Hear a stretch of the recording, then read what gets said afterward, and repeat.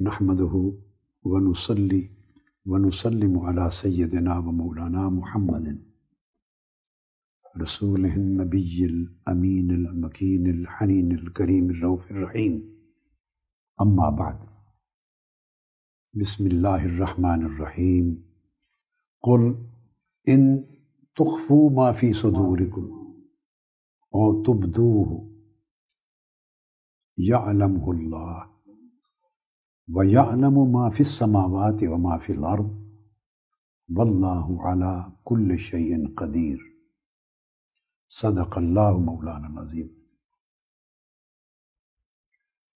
محترم مشائخ علماء کرام، معزز معتکفین و معتکفات، جملہ سامعین و ناظرین اور سامعات و ناظرات، حاضرین محترم، بات کو شروع کرنے کے لیے میں نے سورہ آل عمران کی آیت نمبر 29 کی تلاوت کی، اور اسی طرح سورہ النحل میں اللہ رب العزت نے فرمایا واللہ یعلم ما تسرون وما تعلنون،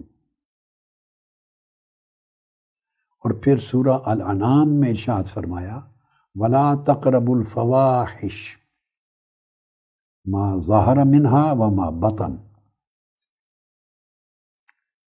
ان تینوں آیات کریمہ کا معنی اپنے ذہن نشین کر لیں.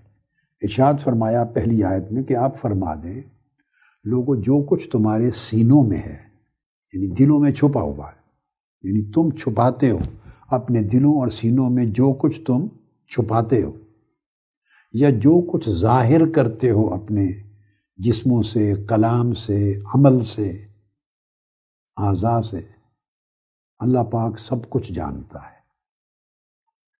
جیسا کہ میں نے پہلے عرض کیا تھا کہ جہاں بھی دو چیزوں کا ذکر آیا پورے قرآن مجید میں، تو جو سینوں اور دلوں میں مخفی ہے اس کا ذکر پہلے کیا، اور جو جسموں سے، قول و عمل سے ظاہر ہوتا ہے اس کا بعد میں. دوسری آیت کریمہ میں بھی فرمایا جو کچھ تم چھپاتے ہو اللہ اس کو بھی جانتا ہے، یعنی دلوں میں، اور جو ظاہر کرتے ہو اپنے قول و فعل سے وہ بھی جانتا ہے. اور پھر سورہ الانعام فرمایا کہ لوگوں فواحش کے بالکل قریب نہ جاؤ. جو معصیت ہے، جو فواحش ہیں، جو گناہ ہیں، ان کے قریب نہ جاؤ. اور پھر فرمایا خواہ وہ ظاہر میں ہو خواہ باطن میں ہو. تو تصریح کی کہ گناہ صرف ظاہر میں نہیں ہوتا، گناہ باطن میں بھی ہوتا ہے، یعنی قلب کا بھی گناہ ہے. جیسے آنکھ کا، کان کا، ہاتھ کا، جسم کا گناہ ہے اور کئی گناہ ہیں، اسی طرح دل کے بھی گناہ ہیں، باطن کے بھی گناہ ہیں، وہ چھپے ہوئے ہیں اور اللہ ان کو پہلے دیکھتا ہے. یہ چیزیں نشین رکھ لی کہ اللہ رب العزت نے ارشاد فرمایا قرآن مجید کی آیات میں، اور آپ کو فوکس کروایا کہ سب سے پہلے اس کو اللہ پاک نے بیان کیا کہ جو تم دلوں میں چھپائے ہوئے ہو اللہ ان کو دیکھتا ہے، اور جو ظاہر کرتے ہو اس کو بھی دیکھتا ہے. اس لیے ہمیں اپنی توجہ کو پہلے مرکوز کرنا چاہیے اپنے قلب اور باطن کے احوال کو سنوارنے پر. یہ جاننا چاہیے کہ ہمارے دل میں امراض کیا ہیں، یعنی قلب سقیم، قلب مریض یا قلب علیل. دل کی علل کیا ہیں، مرضیں کیا ہیں، دل کے اندر کیا رذائل ہیں، دل کے اندر ہمارے کیا خبائث ہیں، کیا نجاستیں ہیں، کیا غلاظتیں ہیں، کیا برے اخلاق ہیں. ہمارا دل کس بری حالت میں مبتلا ہے اور اس کی مرض کی نوعیت کیا ہے، اس پر فوکس کرنا چاہیے کہ جب تک وہ درست نہیں ہوگا ہمارے ظاہر میں کوئی خیر وجود نہیں پا سکتی، اور ہم اس کو ظاہر کرنا بھی چاہیں اور کر لیں تو وہ قبول نہیں پا سکتی. حضور نبی اکرم صلی اللہ علیہ وسلم نے فرمایا ان اللہ لا ينظر الى اجسادکم ولا الى صورکم ولیکن ینظر الی قلوبکم. اسے امام مسلم نے روایت کیا، رواہ مسلم. آقا علیہ السلام فرماتے ہیں کہ باری تعالیٰ تمہارے جسموں کو نہیں دیکھتا، یہ اور معنی میں ہے، وہ تو سب کچھ دیکھتا ہے، عالم الغیب والشہادہ ہے، جسم بھی دیکھتا ہے اور باطن بھی دیکھتا ہے، قلب و روح بھی دیکھتا ہے۔ مگر یہاں اللہ رب العزت ہمیں متوجہ فرما رہے ہیں کہ اگر تم اپنے ظاہر کو، جسموں کو اور اپنی صورتوں کو نیک اعمال کے ذریعے مزین کر لو اوپر سے، جسے لوگ دیکھیں،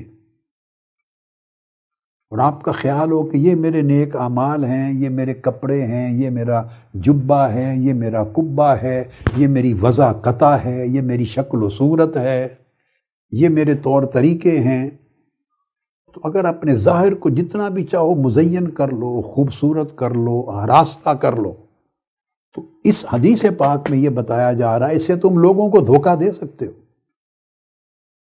لوگوں کو دھوکہ دے سکتے ہو، مگر اللہ پاک کو غرض نہیں ہے کہ تم نے جسموں پر اعمال کی شکل میں کیا سجایا ہوا ہے اور تم نے اپنی صورتیں کیا بنائی ہوئی ہیں۔ اللہ رب العزت اس کو نہیں دیکھتا، یعنی اللہ کو ان سے غرض نہیں، اللہ کے ہاں ان چیزوں کا قبول نہیں ہے۔ کیوں؟ وَلَٰكِن يَنظُرُ إِلَىٰ قُلُوبِكُمْ، وہ تو تمہارے دلوں کو دیکھتا ہے، اللہ کی نظر تمہارے دلوں پر پڑتی اور دلوں کے حال کو دیکھتا ہے۔ یہ ہے باطن کی صورت، کہ باطن اور دل صحت مند ہیں یا مریض ہیں، وہ زندہ ہیں یا مردہ ہیں۔ ان کو آپ نے اللہ کی عطا کردہ ہدایت کے ذریعے شفا دی ہے یا مریض رکھا ہوا ہے؟ ان میں اچھی خصلتیں، اچھے اخلاق اور اچھی خوبیاں ہیں یا ان میں رذائل، نجاستیں اور برائیاں ہیں؟ اللہ اس کو دیکھتا ہے۔ کیوں؟ اب اس میں ایک چیز سمجھنے والی ہے، جسموں اور صورتوں کو نہیں دیکھتا، چونکہ یہ جسم جو ہے یہ محل عمل ہے، یہاں سے عمل صادر ہوتا ہے، ہمارے عمل کی جگہ ہمارا جسم ہے، اعمال کی جگہ، اور دلوں کو دیکھتا ہے۔ کیوں؟ کہ نیت کا محل ہمارا دل ہے، نیت دل میں ٹھکانہ کرتی ہے، عمل جسم پر ظاہر ہوتا ہے۔ اس لیے جو اعمال جسم سے ظاہر ہوں اور ان کے پیچھے خوبصورت خالص نیت دل میں نہ ہو تو اللہ پاک کو وہ اعمال قبول نہیں۔ اس پر میں ایک حدیث پاک کے ذریعے ایک بڑی خوبصورت مثال دیتا ہوں تاکہ تصور اچھی طرح سمجھ میں آ جائے۔ اس مثال سے قبل ایک مختصر جملہ ہے جو آقا علیہ الصلوۃ والسلام نے فرمایا امت کو، متفق علیہ حدیث میں، وہ بھی ام المومنین حضرت عائشہ صدیقہ رضی اللہ تعالیٰ عنہ روایت کرتی۔ جب فتح مکہ ہو گیا، پہلے آپ کو معلوم ہے لوگ مکہ میں مشکلات میں تھے، ہجرت کر کے مدینہ آئے، مدینہ آباد ہو گیا، اسلامی ریاست بن گیا۔ لوگ ہجرت کرتے تھے، اس سے پہلے ہجرت کر کے حبشہ گئے تھے، پہلے وقت میں حبشہ گئے تھے ہجرت کر کے، پھر واپس آئے، تو پھر بعد میں ہجرت مدینہ ہوئی، تو کچھ لوگوں کو 2 ہجرتوں کا شرف نصیب ہوا۔ فتح مکہ ہو جانے کے بعد آقا علیہ السلام نے فرمایا لا ہجرت بعد الفتح، کہ فتح مکہ ہو جانے کے بعد اب ہجرت نہیں ہے۔ چونکہ ہجرت ہوتی تھی ان مسلمانوں کے لیے فرض، یا ان کی اجازت تھی انہیں جو سرزمین کفر پر مظالم برداشت کرتے اور تنگ آ جاتے، زندگی خطرے میں ہوتی، جینا دوبر ہوتا، تو ان کو اجازت دی جاتی کہ ہجرت کر جاؤ، جیسے حبشہ میں ہجرت کر گئے۔ تو ہجرت کا فلسفہ یہ تھا۔ اور اگر آسودگی ہو، اسلام پر عمل کرنا آسان ہو، اسلام کو پہنچانا آسان ہو، تبلیغ کرنا آسان ہو، اسلام کو طاقت دینا آسان ہو، رکاوٹ اور مشکل اور ظلم جبر نہ ہو، تو ہجرت نہیں تھی۔ جب مکہ فتح ہو گیا تو اب وہ جبر ختم ہو گئے، آپ اپنی اسلامی ریاست بن گئی اور پورا خطہ عرب اسلام کی سرزمین بن گیا، تو فرمایا اب فتح مکہ کے بعد کوئی ہجرت نہیں، ولیکن مگر کیا، جہاد و نیت، سبحان اللہ، جہاد و نیت، 2 چیزیں باقی رہ گئی۔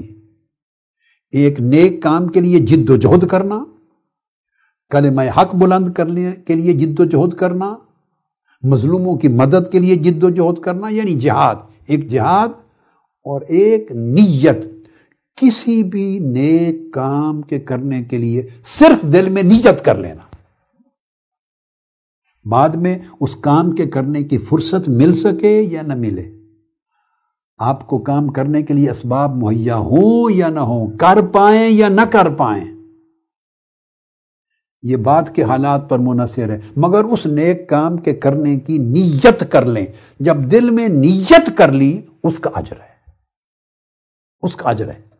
اور کتنا اجر ہے آپ اندازہ کریں، اس پر بڑا فوکس کریں، من میں توجہ کریں کہ اللہ پاک نے اس نیت کو جہاد کے برابر کھڑا کر دیا کہ دو چیزیں رہ گئی، ہجرت کا بدل دے دیا۔ کتنا بڑا اجر ہے ہجرت کا۔ قرآن مجید میں مہاجرین کے کتنے فضائل بیان ہوئے ہیں، مہاجرین کا کتنا تذکرہ اللہ پاک نے اپنی وحی میں ان صحابہ کا کیا ہے، اور ان کا درجہ کتنا بلند کیا ہے، جو کہ وہ السابقون میں سے، الاولون میں سے تھے۔ مگر دیکھیے جب اس ہجرت کو بند کیا تو اس کے بدلے میں دو چیزیں جاری رکھی امت میں، ہجرت کے عوض ایک جہاد، اور جہاد کا معنی وسیع ہے، اور ایک نیت۔ ہر نیک کام کے لیے آپ نیت کر لیں، بس آپ نیت کر لیں گے آج کہ اگلے سال بھی اعتکاف میں آنا ہے۔ اب نیت کرنے میں تو کچھ نہیں بگڑتا، بولیے، مگر نیت صدق کے ساتھ، سچائی کے ساتھ کریں کہ میں نے اگلے سال بھی اعتکاف پہ آنا ہے، بس نیت کر لیں۔ آپ کو اگلے سال نہ بھی آ سکیں تو اس نیت کرنے کا سال بھر اجر ملتا رہے گا۔ نیت اٹ سیلف اتنا بڑا عمل ہے، جہاد کے برابر ہے، چونکہ نیت بنیاد ہے اس نیک عمل کی طرف دل کو راغب کرنے اور راغب رکھنے کا۔ اب اس کے ساتھ اب میں وہ واقعہ سناتا ہوں بطور مثال کے حدیث پاک میں، یہ بھی صحیح بخاری میں ہے۔ حضور علیہ الصلوۃ والسلام، بہت بڑا معرکہ تھا غزوہ تبوک، اور آخری معرکہ تھا، بڑے معرکوں میں سے آخری۔ اس غزوہ تبوک میں بڑی مشکلات تھی، بڑے دن قیام ہوا۔ جب واپس لوٹے اور پہاڑیوں میں سے، وادیوں میں سے، دشوار گزار راستوں میں سے مسافتیں عبور کرتے ہوئے، وادیاں عبور کرتے ہوئے، مشکل گزرگاہوں سے آ رہے تھے، طویل اقامت کے بعد وہاں قیام کر کے بارڈر پر، سیریا کے بارڈر پر۔ تو جب واپس آئے تو آقا علیہ السلام نے فرمایا، اب یہ حدیث پاک سنی، حضرت انس بن مالک فرماتے ہیں، جب ہم مدینہ پاک کے قریب پہنچ گئے، سارا سفر طے کر لیا، تو آقا علیہ السلام نے فرمایا، فقال ان بالمدینۃ اقواما ما سرتم مسیرا ولا قطعتم وادیا الا كانوا معکم۔ آقا علیہ السلام نے فرمایا، ہمیں جو غزوہ تبوک میں شریک ہوئے تھے صحابہ کرام، ہزاروں کی تعداد میں، فرمایا سنو، مدینہ میں کچھ لوگ ایسے ہیں، میرے صحابہ میں سے مدینہ میں کچھ لوگ ایسے ہیں کہ وہ تمہارے ساتھ شریک سفر نہ تھے، اس غزوہ تبوک میں نہ تھے، نہ دور دراز کی مسافتیں انہوں نے تمہارے ساتھ قطع کی، نہ دشوار گزار وادیاں عبور کی، نہ سفر حضر کی مشکلات میں تمہارے ساتھ پھنسے، مگر تم نے جتنی مشکلات برداشت کی، جو وادی کراس کی، جو مسافت عبور کی، ہر جگہ الا کانوا معکم، وہ تمہارے ساتھ تھے۔ ہر مشکل میں جہاں سے گزرے، جو منزل عبور کی، وہ تمہارے ساتھ تھے، اجر کے اعتبار سے۔ تمہارے ساتھ کیسے تھے؟ اجر کے اعتبار سے۔ تو صحابہ کرام کہتے ہیں، قالوا یا رسول اللہ وہم بالمدینہ، عرض کرتے ہیں یا رسول اللہ یہ کیسے ہو گیا، وہ ہمارے ساتھ ہی نہیں آئے، وہ مدینہ میں رہے، جب مدینہ میں رہے تو ہمارے ساتھ شریک کیسے ہو گئے ہر چیز میں؟ آقا علیہ السلام نے فرمایا، قال وہم بالمدینۃ حبسہم العذر، وہ آنا چاہتے تھے، ان کی نیت تھی، خواہش تھی، مگر ان کو مجبوری نے، عذر نے باندھ رکھا تھا، وہ آ نہیں سکے، ان کے پاس سواریاں نہیں تھیں، سفر لمبا تھا، سواری کے بغیر کوئی جا نہیں سکتا تھا، اور ہمارے پاس زائد سواریاں نہیں تھی کہ ان کو دے دیتے۔ یہ آگے وضاحت کر رہا ہوں۔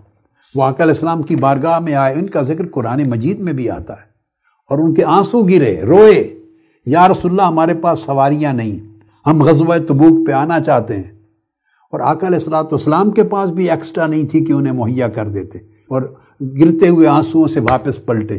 یہ عذر تھا جس کی وجہ سے وہ مدینہ طیبہ میں رہ گئے، ساتھ نہیں آ سکے۔ اب آگے اس کے لیے حضور علیہ الصلوۃ والسلام نے ایک اور حدیث میں اس کی اور وضاحت فرمائی۔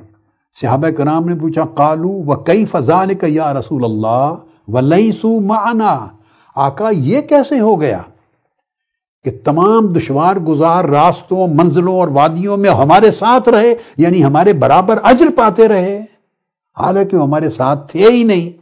آقا علیہ السلام نے فرمایا قال حبسهم العذر فشاركوا بحسن النیہ، مجبوری نے ان کو روک رکھا تھا، مگر خوبصورت نیت تھی ان کی یہاں آنے کی، اس نیت نے ان کو آپ کے ساتھ شریک اجر کر دیا۔ یہ ہے قلب و باطن کی اہمیت۔ اگر دل سنور جائے تو دل ہر وقت طاعت کی نیت میں رہتا ہے، طاعت اور عبادت اور نیکی کی محبت میں رہتا ہے، اعمال صالحہ کرنے کے لیے دل بیتاب رہتا ہے۔ آگے ظاہری اسباب مہیا ہوں یا نہ ہوں وہ عذر بن جائے گا۔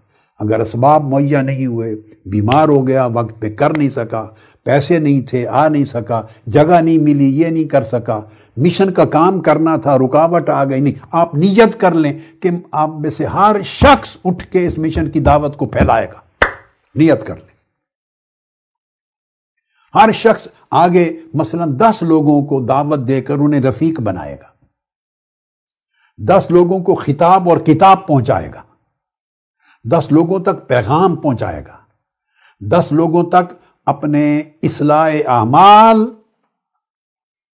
اور اصلاح احوال کا فکر ان تک دے گا، 10 لوگوں تک فکر دے گا کہ حرام کی، معصیت کی، گناہ کی زندگی، غفلت کی زندگی چھوڑنی ہے، اللہ کی طاعت کی، اللہ کے رسول کی مطابعت کی، اللہ کی وفاداری کی، بندگی کی زندگی اپنانی ہے، شر کے کام کو چھوڑنا ہے، شر کو، ظلم کو، خیر کو، عدل کو، نیکی کو اپنانا ہے۔ یہ پیغام ہے۔ قرآن مجید سے رغبت دلائے گا، حدیث پاک سے رغبت دلائے گا، یہ کتابیں پڑھا کرو، آقا علیہ السلام کے فرامین احادیث سے فیض نور لیا کرو۔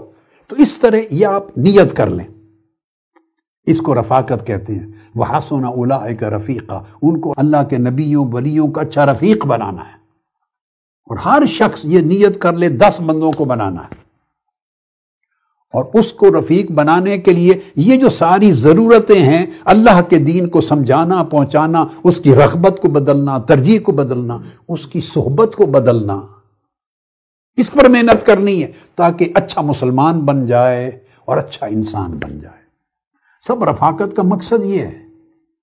منہاج القرآن کوئی بزنس نہیں ہے کسی کا، اس کا یہی مقصد ہے، آقا علیہ السلام کی امت سنور جائے، اگلی نسلیں سنور جائیں، ہمارے گھر سنور جائیں، مستقبل سنور جائے، ہماری زندگیاں تاریکیوں سے، اندھیروں سے نکل جائیں، دین کا، ایمان کا، نسبت رسول اور نسبت ابدیت کا نور مل جائے، بیٹے اخلاق سنور جائیں۔ اچھا، یہ جو نیکی کا کام ہے اس کو شروع کر دیں۔ آپ نے 10 تک پہنچانے کی نیت کر لیں یا 100 کو رفیق بنانے کی نیت کر لیں، مگر نیت اس غرض سے جو میں نے آپ کو بتائی کہ اسے اللہ کا نیک بندہ بنانا ہے۔ یہ رفاقت ایک ذریعہ ہے، چینل ہے، یہ ایک ٹول ہے، طریقہ کار ہے۔ تو آپ 100 نہ بنا سکیں، 5 بنا لیں، 10 بنا لیں، 8 بنا لیں، جہاں تک پہنچیں۔ آپ نے جس کی نیت کی تھی اللہ پاک اس کا اجر جاری رکھے گا، اور جو کام استطاعت سے باہر ہوگا اس کو اللہ پاک اس عذر میں شامل فرما دے گا جیسے پہلے تھا۔ ابھی میں مثال دیتا ہوں، مثلا آپ رات کو سوتے ہیں، نیت کر کے سوئیں کہ میں نے تہجد کے لیے اٹھنا ہے۔ اب مجھے بتائیں اس نیت کرنے میں کیا جاتا ہے؟ یہ قلب کا حال ہے۔ اس طرح قلب کو مرض سے نکالنا اور صحت یابی کی طرف لے جانا۔ نیت برکت دیتی ہے، حسن نیت، اچھی نیت، نیک نیت دل کو شفا یابی کی طرف لے جاتی ہے۔ یہ ایک میڈیسن ہے، یہ دوائی سجیسٹ کر رہا ہوں آپ کو۔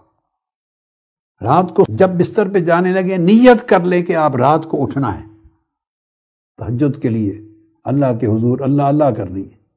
پھر آپ کی آنکھ لگ گئی، نیند ایسی غالب ہوئی آپ نہیں اٹھ سکے، تو اللہ پاک صبح جب آپ اٹھے تو تب بھی جو نیت کی تھی تہجد کے لیے اٹھنے کی اس کا اجر عطا فرما دے گا۔ اور جو نیند ہے وہ سنیے، وہ اللہ کی طرف سے آپ کے لیے صدقہ بن جائے گا۔ جس نیت نے آپ کو اٹھنے سے روک دیا وہ صدقہ بن جائے گا، اللہ کا عطیہ ہو جائے گا آپ کو۔ اور تہجد کے لیے اٹھنے کی نیت آپ کے نامہ اعمال میں خیر لکھی جائے گی۔ یہ آقا علیہ السلام کی حدیث ہے، حضرت ابو الدرداء نے بیان کی، نسائی، ابن ماجہ، ابن خزیمہ، حاکم۔ یعنی مقصد بات کا یہ ہے کہ آپ اپنے دل کو کنٹرول کریں، چونکہ نیت اللہ کے حضور عمل سے پہلے پہنچتی ہے۔ اور ایک حدیث میں تو یہ ہے کہ حضرت ابن عباس رضی اللہ تعالیٰ نے فرمایا کہ آقا علیہ السلام سے ایک شخص نے سوال کیا، یا رسول اللہ بہترین عمل کیا ہے سارے اعمال میں، بہترین عمل کیا ہے؟ آپ نے فرمایا النیت الصادقہ، بہترین عمل یہی ہے سچی نیک نیت کرنا، نیک کام کی نیت کرنا۔ سو آج کی نشست میں آپ یہ طے کر لیں کہ ہمیشہ نیت اچھی رکھیں گے۔ سلف صالحین بتایا کرتے تھے کئی مرتبہ ایسا ہے کہ عمل خود چھوٹا ہوتا ہے مگر نیت اس کو بڑا بنا دیتی ہے۔ رب عمل صغیر تعظمہ النیہ ورب عمل کبیر تصغرہ النیہ۔ عمل چھوٹا ہے، تھوڑا ہے، مگر نیت اس کو اپنے اجر کے اعتبار سے، قبولیت کے اعتبار سے بڑا بنا دیتی ہے۔ کبھی عمل بہت بڑا ہوتا ہے مگر نیت اس کو چھوٹا کر دیتی ہے۔ اس لیے سلف صالحین، پہلی صدیاں جو گزری جن میں اچھے لوگوں کے زمانے تھے، مبارک زمانے تھے، ان کے بارے میں امام سفیان ثوری فرماتے ہیں کانوا یتعلمون النیۃ للعمل کما تتعلمون العمل۔ جس طرح تم عمل کو سیکھتے ہو نا، آج احکام اور اعمال کو سیکھتے ہو، ہم سے پہلے لوگ نیت کو سیکھا کرتے تھے کہ نیت اچھی کیسے ہو۔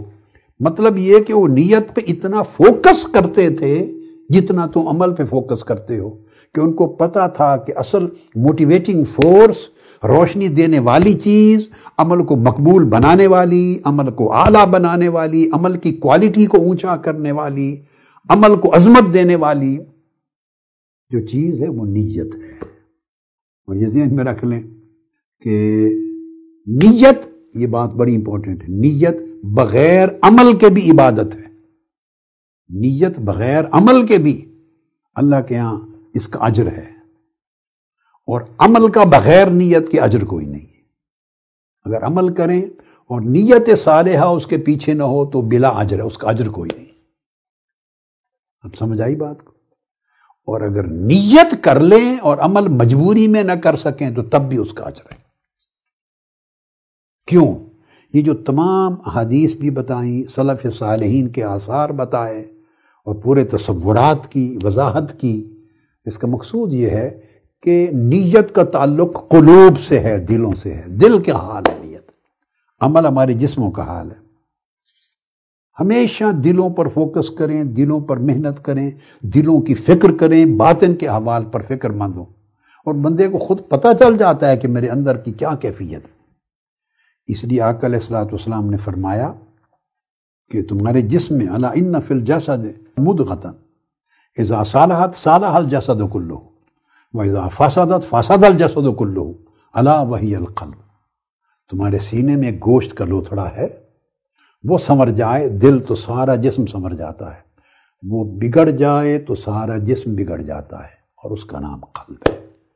لہٰذا اب ترتیب یہ ہے، اس طریقے سے چلنا ہے کہ ہمارا قول، جو کچھ ہم کہتے ہیں،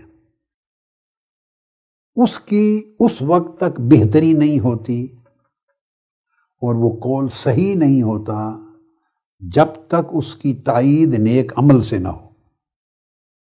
اب میں ایک سٹیپ اور آگے بڑھ رہا ہوں۔ 4 مرحلے ہیں، 4 مراتب کہہ لیجیے۔ ہم بہت کچھ باتیں کرتے ہیں، کہتے ہیں، بہت کچھ کہتے رہتے ہیں، مگر قول کی بہتری اور قول کی تصحیح چاہیے عمل کے ساتھ۔ عمل شہادت دیتا ہے کہ آپ اپنے قول میں سچے ہیں، اور اگر عمل میں وہ حسن اور وہ جمال اور وہ خوبی، وہ طہارت، وہ پاکیزگی، وہ نیکی نہیں ہے، اللہ کے امر کے ساتھ موافقت نہیں ہے جو بات قول میں کہتے ہیں، تو یہ قول اور عمل کا تضاد ہے، جس کے بارے میں اللہ پاک نے فرمایا لما تقولون ما لا تفعلون۔ تو قول کی تصحیح عمل سے ہوتی ہے۔ آگے چلیے، اب عمل پہ آئے، سو اسی طرح عمل کی تصحیح نیت سے ہوتی ہے۔ تصحیح یعنی عمل صحت پاتا ہے، عمل صحیح بنتا ہے، عمل پاکیزہ، مقبول اور ماجور، اجر ملتا ہے اس عمل پر جس کے ساتھ صدق نیت ہو۔ قول کی تصحیح یعنی قول کی بہتری عمل کے ساتھ ہوتی ہے، عمل کی صحت و بہتری نیت کے ساتھ ہوتی ہے، اور نیت کی صحت و بہتری اخلاص کے ساتھ ہوتی ہے۔ مخلصین لہ الدین، اللہ کے ساتھ اخلاص کو اختیار کرنا چاہیے، خالص۔ اور نیت جو ہے وہ بہتر بنتی ہے جب اندر خالصیت آ جائے۔ جس چیز کا بھی بندہ ارادہ کر رہا ہے، قصد کر رہا ہے، وہ قصد اور اس کا ارادہ خالص ہو، اس کی طلب خالص ہو، اس کی محبت ہے وہ خالص ہو، اگر خوف ہے وہ اللہ کے لیے خالص ہو، رجا ہے اللہ کے لیے خالص ہو، عمل اور فعل کی خواہش اللہ کے لیے خالص، نیت میں کوئی ملاوٹ نہ ہو، صدق ہو اور اخلاص اور خلوص۔ اور اخلاص کی بہتری کیسے ہوتی؟ وہ ملتی ہے اصلاح قلب سے۔ اخلاص کی تصحیح اور اخلاص کی بہتری اصلاح قلب سے ہوتی ہے۔ سو سارا مدار جو پوری عمارت کھڑی ہوتی ہے وہ دل پر کھڑی ہوتی ہے۔ اس لیے ہم پر واجب ہے دل کو درست کرنے کا اہتمام کرنا اور اپنی پوری توجہ اور محنت دل کی اصلاح پر خرچ کرنا، صرف کرنا۔ اب جو دل کی اصلاح ہے اس کو سمجھیں، اس کے سفر کے بھی 4 مرحلے ہیں۔ جیسے پہلے 4 مراتب کہیے، 4 مراحل کہیے، بیان کیے، تو اس کے دل کی اصلاح کا جو عمل ہے، اصلاح قلب، اس کے بھی 4 مرحلے ہیں۔ پہلے اس دل کو درست کرنا، اس کا راستہ سیدھا کرنا۔ دوسرا، پھر اس دل کی تطہیر کرنا، اس کو پاک اور صاف کرنا، تصفیہ کرنا، اس سے غلاظتیں نکالنا، بری خواہشات کو نکالنا، برے رذائل کو، برے خصائل کو، برے اخلاق کو نکالنا۔ تو پہلے دل کی درستگی ہے، چونکہ میں نے پہلے بتایا تھا کہ قلب اس کا ٹائٹل ہے، اور قلب کثیر التغیر والاضطراب ہے، کثیر التقلب ہے، ہر وقت اس کی حالت بدلتی رہتی ہے۔ لہٰذا اس کی حالت جو بدلتی ہے تو اس کی پیوریفیکیشن یا اس کی درستگی کا طریقہ یہ ہے کہ پہلے اس کے رخ کو درست کریں، اس کے ڈائریکشن کو درست کریں۔ اور ڈائریکشن تب درست ہوتا ہے جب وہ غلط ڈائریکشن سے اس کا تعلق کاٹیں، غلط مرغوبات سے اس کا تعلق کاٹیں، غلط مألوفات سے اس کا تعلق کاٹیں۔ جہاں جہاں الفت پیدا ہوتی ہے، غلط رغبت پیدا ہوتی ہے، دل جھکتا ہے، اٹریکشنز پیدا ہوتی ہیں، ان سے دل کے تعلق کو کاٹیں۔ جدھر جدھر دل گھومتا ہے، پھرتا ہے، جاتا ہے، ادھر کاٹیں، اس کے ڈائریکشن کو سیدھا کریں، درست کریں، پہلے اللہ کی طرف لگائیں، اور ساتھ پھر اس کو پاک صاف کریں۔ آئندہ جو اثرات رہ جاتے ہیں ان غلط معاصی کے، گناہوں کے، غلط خیالات کے، شہوات کے، تھوڑے تھوڑے اثرات رہ جاتے ہیں، بقایا جات، ان سے بھی صاف کریں، ان بقایا جات کو بھی ختم کریں، تصفیہ کریں قلب کا۔ 2 چیزیں ہو گئیں۔ پھر تیسری چیز، جب وہ تصفیہ کر لیں، پھر اس حال پر دل کو مضبوط اور مستحکم کریں۔ پھر اس حال پر، اس صفائی قلب پر، وہ جو دل کو طہارت ملی ہے، اس کی جہت، ڈائریکشن صحیح ہوئی ہے اور پاکیزگی اور طہارت مل گئی ہے، اس حال پہ دل کو پھر مضبوط کریں، جمائیں، مستحکم کریں۔ 3 چیزیں۔ اور چوتھی چیز، پھر اس دل کو منور کریں۔ جب تخلیہ کر چکے تو پھر تحلیہ کریں، پھر اس کے اندر اچھے اخلاق ڈالیں، اچھے خصائل ڈالیں، اچھے فضائل ڈالیں، اچھی رغبتوں سے، اطاعت سے، عبادت سے، حسن سلوک سے، سخاوت سے، عفو درگزر سے، وسعت سے، معافی، لوگوں کے ساتھ معافی سے، طلب الہی سے، محبت دین سے، خوف آخرت سے، یہ جو اس کے ساتھ انسان کے اخلاق پر پیدا ہوتے ہیں، ایک تعلق باللہ سے اور ایک تعلق بالخلق میں، دو طرح کے اخلاق، کچھ عبادات کی شکل کے ہیں جو تعلق باللہ سے انسان کے اخلاق پیدا ہوتے ہیں، رجحانات پیدا ہوتے ہیں، اور تعلق بالخلق میں ہے، تو پھر ان کے ساتھ اس کو روشن کریں۔ یہ جو 4 مرتبے یا 4 سٹیپس میں نے بیان کیے، ان کو اگر میں ٹرمز دوں یعنی اصطلاحات کا نام دوں تو بن جائے گا، پہلی سٹیج ہے اصلاح قلب، اصلاح، پہلی سٹیج کو اصلاح کہتے ہیں۔ ہم تو اس اصلاح کے لیے بھی فکر مند نہیں ہوتے جس کے ذریعے اس کی ڈائریکشن درست ہوتی ہے۔ دوسری سٹیج ہے تطہیر، وہ طہارت حاصل کرنے کی دل کی۔ تیسری سٹیج ہے تقویم، جیسے آپ اقامت صلاۃ کہتے ہیں نا، نماز کو قائم کرنا، ہر عمل نیکی کا طاعت کا اقامت مانگتا ہے، صرف کرنا نہیں مانگتا۔ اللہ پاک نے قرآن مجید میں ہمیں نہیں فرمایا نماز پڑھو، نماز پڑھو، نہیں، نماز پڑھنا ایک وقت کا فعل ہے، ایک عمل ہے، خاص حیات اور حرکات و سکنات کے ذریعے ایک عبادت کے ایک عمل کو انجام دینا ہے۔ حضور علیہ السلام کے ارشاد کے مطابق ان اللہ لا ينظر الى اجسادکم ولا الى صورکم، وہ خاص وضع قطع حیات اعمال کی بھی نہیں دیکھتا، بلکہ ولکن ينظر الى قلوبکم۔ تو اللہ پاک نے ہر جگہ فرمایا اقیموا الصلاۃ، اقیموا الصلاۃ والمقیمین الصلاۃ، نماز قائم کرنے والے۔ تو قائم کرنے کے لیے اس نماز کے تمام اوقات، اس نماز کے تمام ارکان، اس کے تمام شروط اور اس کے تمام باطنی آداب، یہ ساروں کے ساتھ کرنا اور مداومت رکھنا، کبھی چھوٹے نہیں، پختہ ہو جانا، اس طرح نماز کو ظاہر اور باطن کی شرائط و آداب کے ساتھ قائم کرنا، اقامت، یہ تقویم ہوتی ہے۔ تو دل کو بھی تمام ظاہری باطنی شرائط اور آداب طہارت کے ساتھ قائم کر دینا کہ دل قائم ہو، یعنی مضطرب نہ رہے۔ ہاں، اس کا تقلب ہو تو صرف ایک ہی سمت مولا کی طرف ہو۔ اور چوتھی سٹیج ہے تنویر، جس سے دل روشن ہوتا ہے، منور ہوتا ہے۔ اب دل کی ڈائریکشن کو درست کرنے کا مطلب ہے کہ آپ دل کے معالجے کی طرف چل پڑے، علاج کی طرف چل پڑے۔ درستگی کا مطلب یہ ہے اصلاح کا۔ تو جیسا میں نے پہلے عرض کیا کئی بار کہ کسی چیز کی اصلاح نہیں ہو سکتی جب تک غلطی معلوم نہ ہو، علاج نہیں ہو سکتا جب تک مرض معلوم نہ ہو۔ پہلے تشخیص کرتے ہیں، مرض معلوم کرتے ہیں تو اسی کا علاج ہوتا ہے۔ آپ کے پیٹ میں درد ہے تو آپ سر درد کا علاج کرتے پھرے، اس طرح نہیں ہوتا۔ تو پہلے تشخیص کرنی ہے مرض کیا ہے۔ اب دل کے جو امراض ہیں یا دل کا مرض کہہ لیں، illness of heart، illness of heart جو ہے وہ دراصل ایک فساد ہے دل کا۔ دل اپنی صحت کھو دیتا ہے، اور اس کا مریض ہو جانا اس کا مطلب ہے دل میں فساد آ گیا ہے۔ جب فساد آ جاتا ہے تو وہ دو میں سے کوئی ایک چیز کرتا ہے، یا دل اس بندے کے تصورات کو، کانسیپٹس کو، آئیڈیاز کو، تھاٹس کو خراب کر دیتا ہے، یا اس کے ارادات کو، اس کے انٹینشنز کو، موٹیوز کو وہ خراب کر دیتا ہے۔ وہ فساد یعنی دل میں جب مرض آتی ہے وہ مرض فساد ہے، اور وہ دو میں سے کوئی ایک صورت اس سے پیدا کرتی ہے۔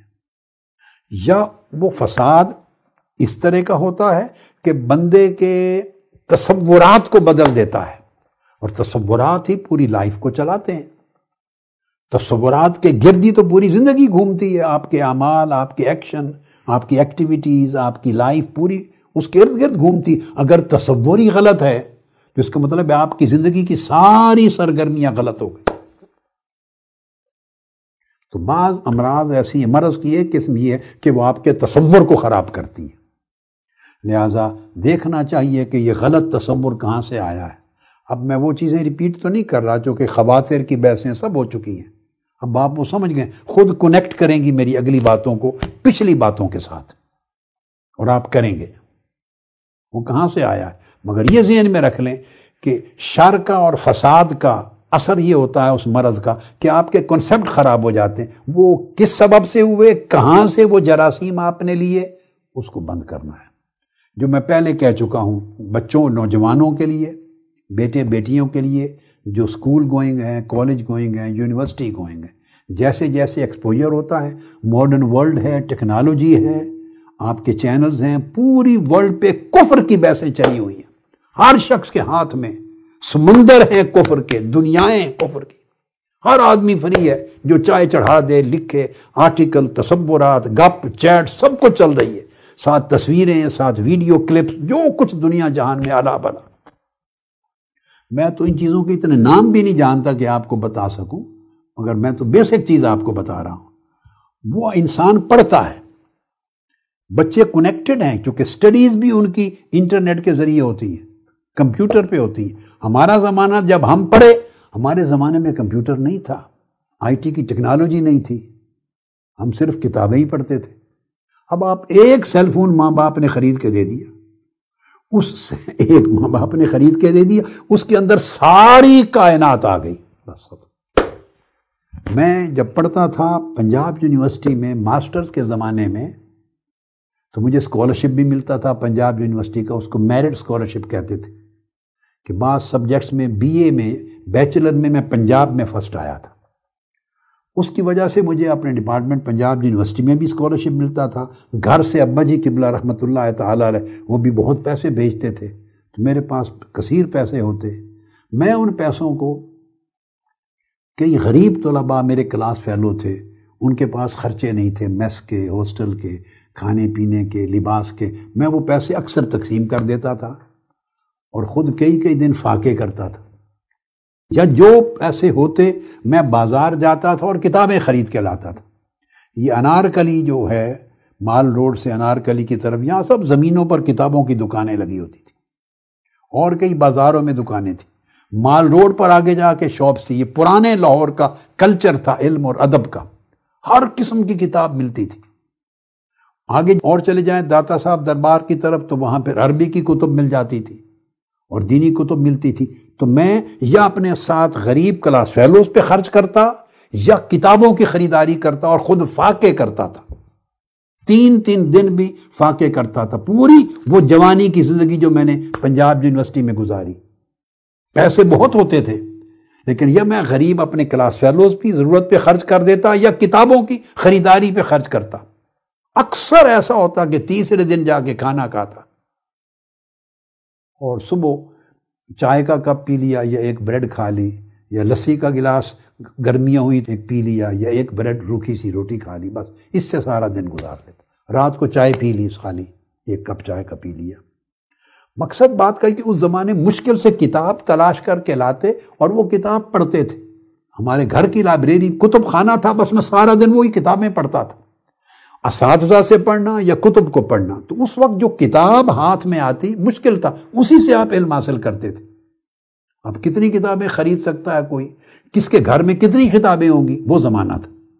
اب وہ دور ہے، ایک سیل فون آ گیا، اس کے اوپر ایپس ہیں، تو ساری کائنات کی کتابیں اور ساری کائنات کا خیر و شر کھل گیا آپ کے ہاتھ میں. اب آپ کی مرضی ہے جو کتاب چاہیں پڑھیں. اب اس زمانے میں ہر شہر میں، ہر گھر میں لوگ ناول پڑھتے تھے. ذوق ہے آپ کا، شوق ہے. اب میری زندگی یہ ہے کہ میں نے ساری زندگی بچپن سے لے کے آج تک پوری لائف میں ایک ناول بھی نہیں پڑھا. آپ حیران ہو جائیں گے سن کر یہ بات، نوجوان خاص طور پہ حیران ہوں گے. یہ بزرگ بابا جی ہاتھ اٹھاتے ہیں تو ان کو کیا پتا ناول کیا بلا ہے. اصل تو نوجوان اس کو سمجھیں گے کہ وہ ناول کے بغیر. میں نے آپ کو بتایا آج کی زندگی تک جب میں آپ سے مخاطب ہوں، بچپن سے لے کے ایک ناول بھی پوری زندگی میں نہیں پڑھا. اس میں 50s کا اواخر، 60s کی دہائی، 70s کی دہائی، 80s کی دہائی، ساری کلچر تھا، ہر گھر میں ناول تھے. عورتیں، مرد، بچے، بچیاں چلتے پھرتے ناول پڑھتے تھے. اب آپ کی مرضی ہے کیا پڑھتے ہیں، مگر یہ کہ لمیٹڈ سورس تھا نالج کا. اب میں یہ بتا رہا ہوں، فوکس یہ کروا رہا ہوں کہ اب انلمیٹڈ ہو گیا ہے معلومات. خیر اور شر، نیکی اور بدی، ایمان اور کفر، صحیح اور غلط، تصورات، آئیڈیاز ہر طرف سے آ رہے ہیں، ہر کوئی چڑھا رہا ہے. آپ پڑھ رہے ہیں، پھر ہر وقت جب پڑھتے ہیں، ہر وقت سنتے ہیں، ادھر سے تو پھر ذہن متاثر ہوتا ہے، اسی سے ذہن تاثر لیتا ہے، قبول کرتا ہے، اور جب وہ قبول کرتا ہے اس کے اثرات دل پر جاتے ہیں۔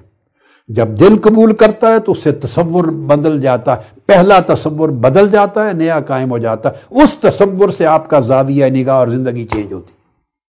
اسی سے عقائد بھی بدلتے ہیں لوگوں کے، اسی سے خیالات بدلتے ہیں، اسی سے نظریات بدلتے ہیں، اسی سے افکار بدلتے ہیں، تھاٹس، آئیڈیاز۔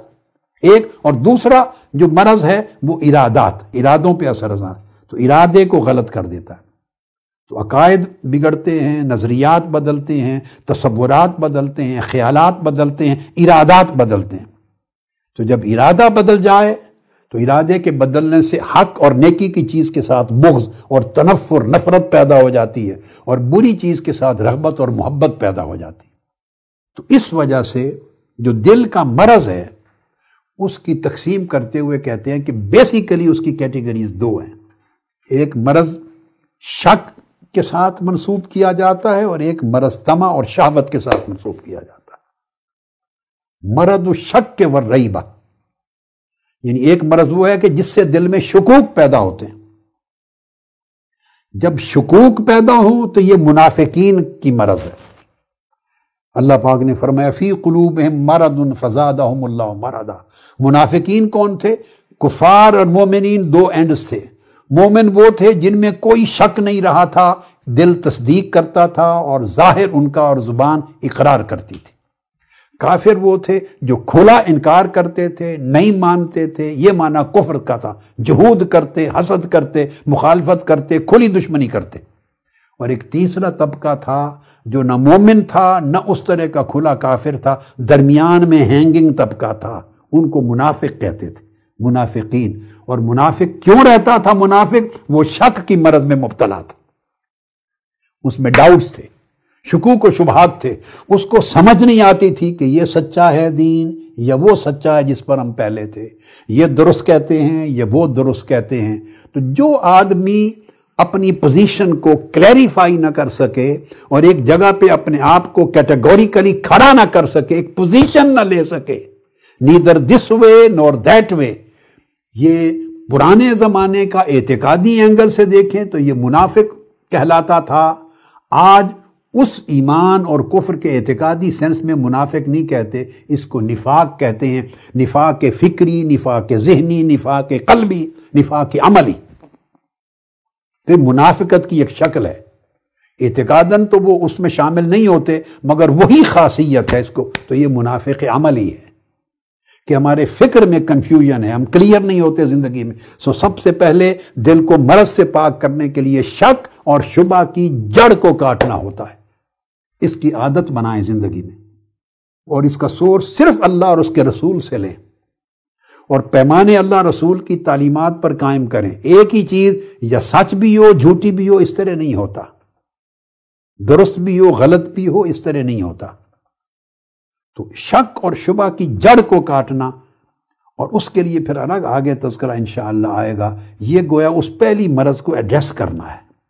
اور دوسرا مرض جو دوسری قسم مرض کی ہے، مرض الطمع والشہوہ، طمع پیدا ہونا، شہوت پیدا ہونا۔ اس کے لیے قرآن مجید میں فرمایا فَيَطْمَعَ الَّذِي فِي قَلْبِهِ مَرَضٌ۔ یہاں اس جگہ پر ایک سورہ احزاب کا ایک مقام ہے، یہاں اشارہ جس بندے یا جس قسم کے لوگوں کے دلوں میں مرض کا ذکر کیا، وہ مرض شکوک و شبہات کی مرض، ڈاؤٹس اور سسپیشنز کی مرض نہیں ہے، وہ ڈیزائرز کی مرض ہے، وہ اٹریکشنز کی مرض ہے، وہ خواہ سیکسول ڈیزائرز ہوں یا ورلڈلی ڈیزائرز ہوں یا فائنانس، وہ خواہشات ہیں، مرض ہے، اس میں شہوت ہے، طمع ہے، حرص ہے، لالچ ہے، جاہ و منصب کی طلب، عزت کی طلب، پیسے کی طلب، شہرت کی طلب وغیرہ وغیرہ۔ تو طمع اور شہوت یہ اور قسم کی چیز ہے، اور جس سے شک اور شبہ پیدا ہوتا ہے وہ یقین کو ختم کرتا ہے، اور طمع توکل کو ختم کرتا ہے۔ شہوت وہ یقین کی جڑ کاٹتا ہے، اور یہ اللہ پہ توکل اور رضا کی جڑ کاٹتا ہے۔ اس طرح اللہ سے تعلق کو توڑتا ہے۔ قلب خواہ مرض شک میں مبتلا ہو، خواہ مرض طمع یا مرض شہوت میں مبتلا ہو، جب قلب مریض ہو جاتا ہے تو اس جیسی ملتی جلتی چیزیں، تصورات، خیالات، خواہشات اس میں ایڈ ہوتی چلی جائیں تو اس کا مرض بڑھتا چلا جاتا ہے اور مریض اور سخت مریض ہوتا چلا جاتا ہے، اور اس کے سد باب کے لیے اس کی مخالف سمت کی چیزیں جو طمع کو دور کریں، شہوت کو دور کریں، یا مرض شک ہے تو شک کو دور کریں، یقین کی طرف لائیں، وہ چیزیں آتی چلی جائیں تو بندہ اس مرض سے شفا یاب ہوتا ہے۔ یعنی مریض کے لیے پھر دیکھنا ہے کہ جب یہ چیزیں اس نے دیکھ لی، ڈائگنوز کر لی کہ میرے اندر بھئی شک ہے، میں شک میں مبتلا رہتا ہوں، شکوک میں، اور یقین کی کیفیت نہیں، تذبذب رہتا ہے، تو پھر وہ ایسی مجلسوں میں، صحبتوں میں نہ جائے، ایسے لٹریچر کو نہ پڑھے، ایسی ویڈیو کلپس کو نہ دیکھے، ایسی کتابوں کو نہ پڑھے، ایسی آن لائن چیزوں کا مطالعہ نہ کرے جو اس کے شک میں اور اضافہ کریں۔ بندہ کیا کرتا ہے، ہماری جو بیسک خرابی وہ یہ کہ پہلے شک پیدا ہو گیا، مصیبت میں پھنس گیا، اب وہ اسی شک کو دور کرنے کے لیے اسی لٹریچر کو اور انہی آن لائن اویلیبل مواد کو پڑھ رہا ہے جس نے شک پیدا کیا تھا۔ وہ کہتا ہے میں اپنا شک دور کرنا چاہتا ہوں، میں کلیئرٹی لینا چاہتا ہوں۔ اس کو پتہ نہیں ہوتا کہ کلیئرٹی نہیں، اس سے کنفیوژن بڑھتا چلا جا رہا ہے، سسپیشن بڑھتا چلا جا رہا ہے، ڈاؤٹس مضبوط ہوتے چلے جا رہے ہیں۔ سو جس جگہ سے مرض ملی تھی بندہ اسی جگہ سے پھر علاج کروانا چاہ رہا ہے، یہ اس کی گمراہی ہے، تو دل اس کو وہاں لگاتا ہے، غلط راہ پہ گمراہ کر دیتا ہے۔ وہ مریض کا مرض شدید سے شدید تر ہوتا چلا جاتا ہے، وہ اور پڑھتا ہے اور اس چیز کو دیکھتا ہے، اور اس کو نہیں پتا کہ یہ سارا سورس اس کی مرض شک پیدا کرنے کا سبب ہے۔ اسی طرح جس مجلس اور جس صحبت اور جس دوستی اور جس تعلق سے اور جس جگہ آنے جانے سے مرض طمع اور مرض شہوت پیدا ہوئی تھی، بندہ انہی دوستوں کے ساتھ رہتا، کہتا ہے میں ان کی اصلاح کرنا چاہتا ہوں۔